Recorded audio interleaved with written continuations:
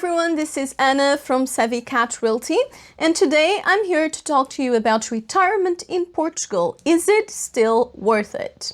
So for those of you who don't know, Savvy Cat Realty is a relocation and investment agency that helps expats move to Portugal in a sustainable way.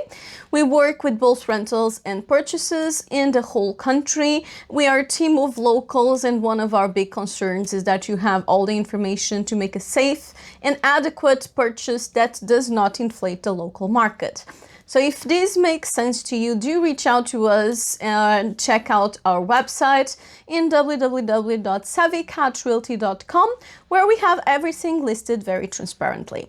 So going into today's topic, is retirement in Portugal still worth it? So for those of you who do not know, there used to be a program called the NHR, the Non-Habitual Tax Resident Program in Portugal, which was extinct in 2023. Actually, during 2024, you could still apply. It was kind of the transition year.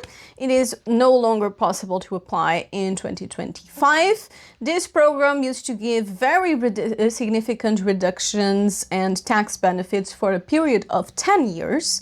And nowadays, it no longer applies. Those who did have it and did get it before the program was terminated completely will get the benefits for 10 years, but at the moment you can no longer apply for the same benefits. So is it still worth it to retire in Portugal? I do believe this is a very personal question that will depend on your income, your goals, and your lifestyle. So what are you looking for your retirement? Portugal became an extremely popular retirement destination because it offers an amazing quality of life. So when you move to Portugal, you get access to Europe at a relatively low cost price for the safety and quality it offers. So of course you have the most popular destinations.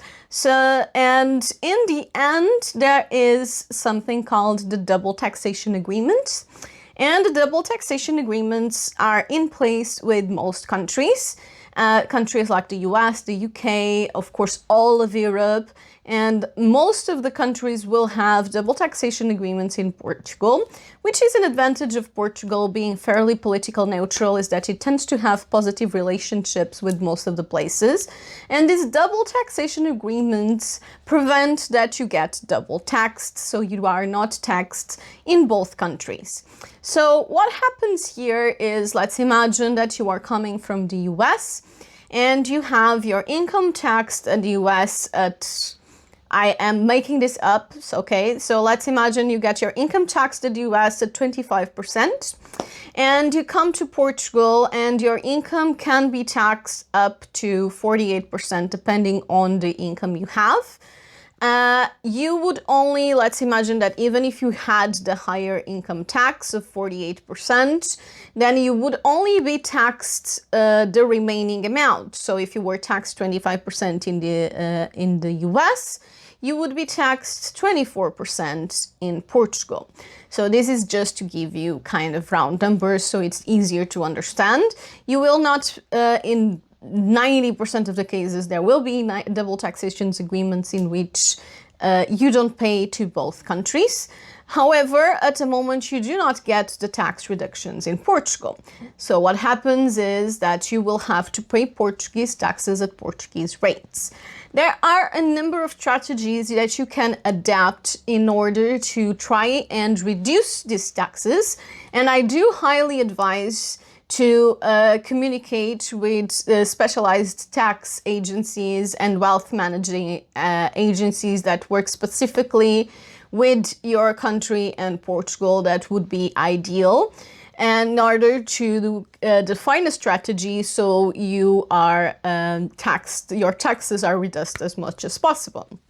So in cases in which you are taxed higher in Portugal than in your country of origin, it's probably going to be a smart move to keep the majority of your income in your country of origin and only move the income you actually need on a daily life basis to Portugal. So that's one of the strategies you can apply.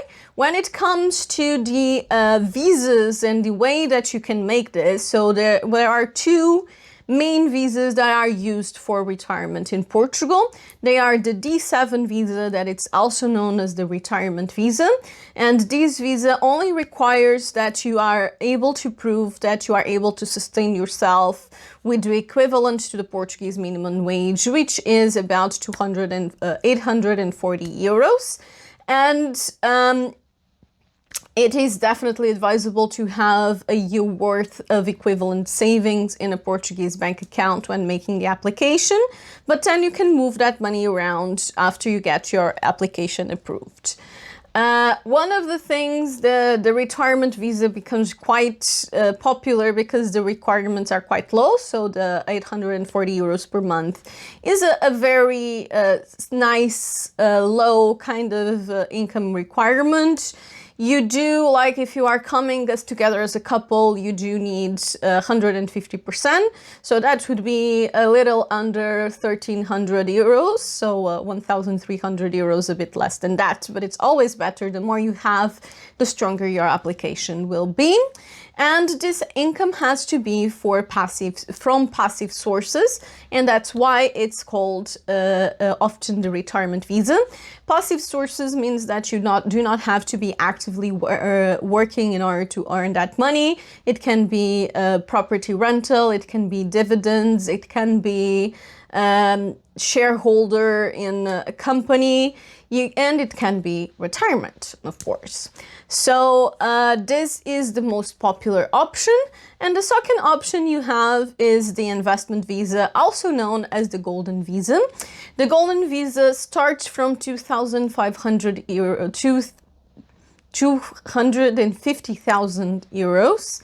And it no longer is possible to apply for the golden visa with investment in real estate, but it's still possible to do it through cultural investment if you support a recognized cultural institute in Portugal or charity in Portugal with a minimum amount of 250,000 euros. You can apply for a golden visa. It is also available for investment, recognized investment funds starting from 500,000 euros. And if you open or invest in a Portuguese company and create at least 5 job posts, it starts from 350,000 euros. So there are still a few options available on this. The major difference between the D7 visa and the golden visa is that the golden visa only requires you to stay in the country 14 days per year, while the D7 visa does require you to stay in the country for 181 days per year, which I believe it's about half a year and 1 day. And do keep in mind that in order to become a tax resident in Portugal, you do officially have to stay in Portugal for more than half a year, so the 181 days. So these are the two main visas, and when you are making your income strategy, it's also very important to know what your visa will be, because that will determine how much money you have to bring to Portugal. Like, for example, if you're going for the investment visa, you will have to put in Portugal the minimum of 250,000 euros. And of course, depending on what you invest on, you will be getting return from that. And that will, of course, be taxed at the Portuguese standard rates. However, if you are going for the D7 visa, you only need to bring to Portugal the equivalent to minimum wage. I do recommend always applying with a bit more so your application is stronger. So I would not recommend applying if you have less than 1,500 a month in income. It is still going to be approved, but it's not going to be as strong as an application, and there's a lot more risk As long as it's within the parameters, they still technically have to approve it, but there's going to be a bigger chance of problems. So what is often recommended to do in these cases of the D7 visa is that even if you have more income than this, to only bring the income you strictly need to prove that you are self-sustained in Portugal, and keep the remaining of your income in your country of origin. And that way, depending of course on how you move things, you get your country of origin taxes, and the things that you don't bring to Portugal are not taxed in Portugal. There are a number of strategies you can use around this. I am not a tax specialist. This is something that we do work with tax specialists, and I've heard appointments before, and I know a few strategies, but it's not my area of expertise. I'm just giving you a basic rundown of how you can do things, but it's always on a case-by-case scenario. Because like I said, it will depend a lot on your needs and your income and where are you coming from and what are the tax agreements in place and which taxes you declare first. There's a lot of things to take into consideration. So I do think it's an extremely important step to consult with a financial expert on this matter. So coming down from everything, is it still worth it to retire in Portugal? I think that the final answer to this is, even with the taxes, are you going to be spending more on your country of origin and having a better lifestyle than you are in Portugal? I do think in many, many cases, the answer will be no. You are not going to be, or yes, you are going to be spending more, and you are not going to be having a better lifestyle than you are in Portugal, even after the taxes. So I do believe that it is still a very desirable destination, and it's still desirable for retirement.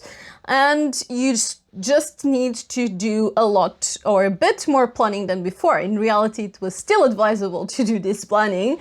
It is just now higher consequences to that. So the more you plan ahead and the better you plan your financial management during this period, the better tax improvements or the better tax rates. It's not rates, the rates are the same, you will just be able to use them better. So overall, it's all about preparation, and overall, Portugal still offers the exact same conditions it had before when it came to the quality it offers, and it's still equally as popular because of that. The only difference now is how much are you contributing to Portugal. So here are a few of the main reasons Portugal is extremely popular as a retirement destination. We have really, really good climate. We are extremely safe. The country is very, very safe. Of course, it's not zero criminality. There is criminality, but it's very low rate of violent crimes. And it's considered, if I'm not mistaken, we are still on the 7th or 8th most safest country in the world. We have great climate, we have a lot of coastline, beautiful landscapes, our food here is amazing. You can overall live in Portugal, excluding costs of rent, cost of housing. You can live comfortably in Portugal with 750 euros per month. So it's still very affordable, and the rent will depend drastically depending on where you want to go. So let's imagine for a 2-bedroom apartment. If you are looking at Lisbon, your budget will have to be at least 2,000 euros.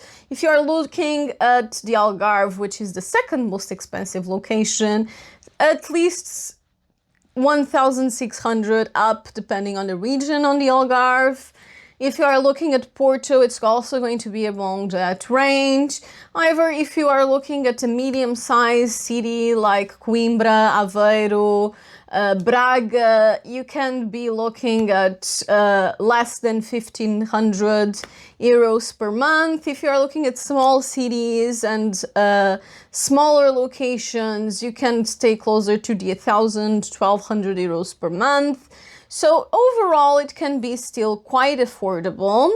And the other huge advantage is that we have a very decent healthcare system that is free. And once you get your visa approved and your residence permit, you are able to use this healthcare system as if you were a local. And it comes at basically no cost. It's just the taxes you pay, which is, of course, a contribution to having these systems in place. So overall, just think about what is your pros and cons, what are you looking for on your retirement, and are the costs still going to be better than in your country of origin? Is your lifestyle going to improve? And make your decision based off that. But my conclusion is, yes, Portugal is still a place that is going to keep being popular and highly desirable for retirement. Nowadays, it's just a matter of planning on whether or not that's going to be a good choice for you. If you are considering to come to Portugal to retire, do feel free to reach out to us. We can help you plan everything. Like I said, are not tax specialists, but we do work with financial experts that will help you plan your move. And it's part of our package to help you get your network here. So we will refer you to the right places. And of course, we have our packages for whether you are looking to rent or buy. We can assist you and help you figure out what's the best location according to your budget and lifestyle needs, and help you all the way until you are settled here in Portugal. So if this makes sense to you, do feel free to reach our website in www.savvycatrealty.com or contact us directly at contact@savvycatrealty.com. I hope that this was useful. I would love to hear your feedback about retirement in Portugal and whether or not you still think it's worth it. And we are here every week with information about Portugal and cities of Portugal and what's going on in Portugal. And if you find that useful, please do subscribe. And I hope to see you all next week. Bye.